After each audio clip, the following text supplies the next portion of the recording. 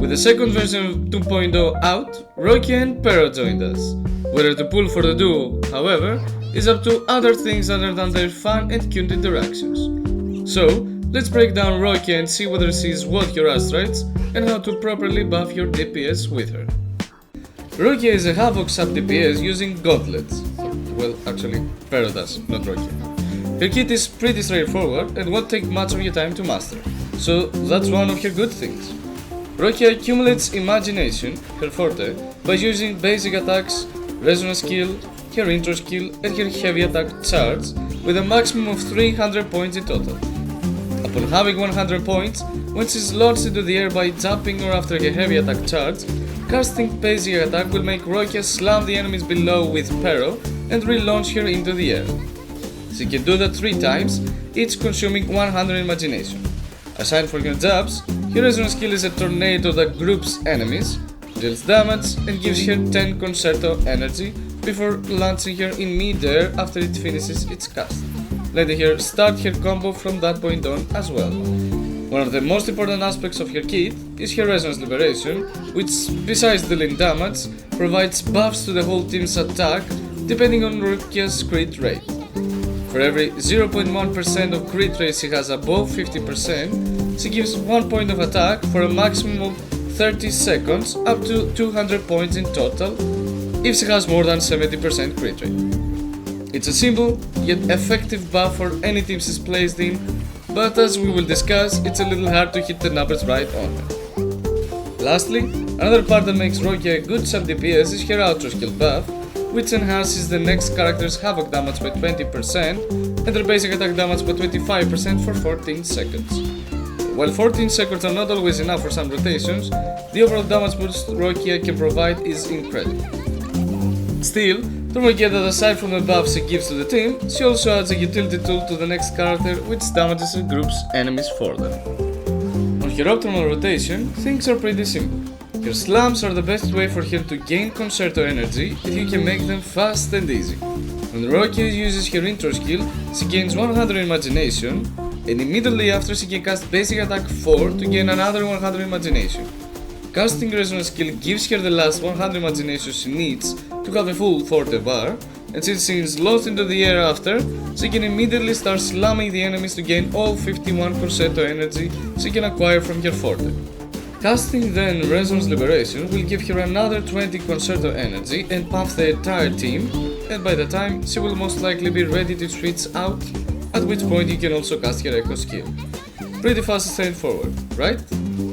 Regarding your optimal weapons, things unfortunately get a little tricky.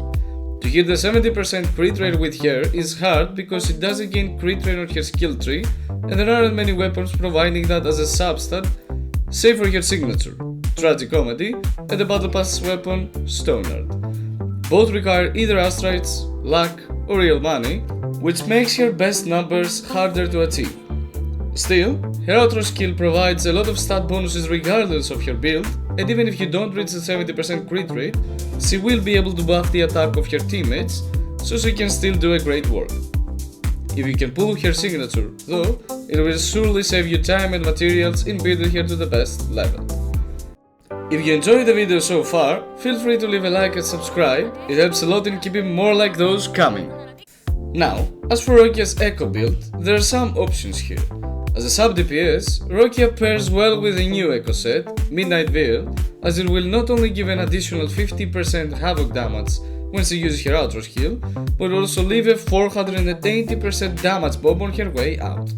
Another option is of course Moonlit Clouds, as it amplifies the next character's damage a lot after Roccia switches out. Depending on what you're aiming for, you can decide which one to get here. If you want more buffs on your DPS, Moonlit Clouds can do the job better. But if you want Roccia to deal more damage to the team, while also buffing the DPS, Midnight Veil is the way to go. By all means, the set with the best substats overall is another option to consider as well. In my opinion, Midnight Veil is a very good echo set to increase your team's overall damage in any case, and not depend on only one of your characters. Lastly, if you like Roccia a lot and even have her signature weapon, running her as a DPS is another option you can consider and one that would require her to have the Havoc Eclipse set.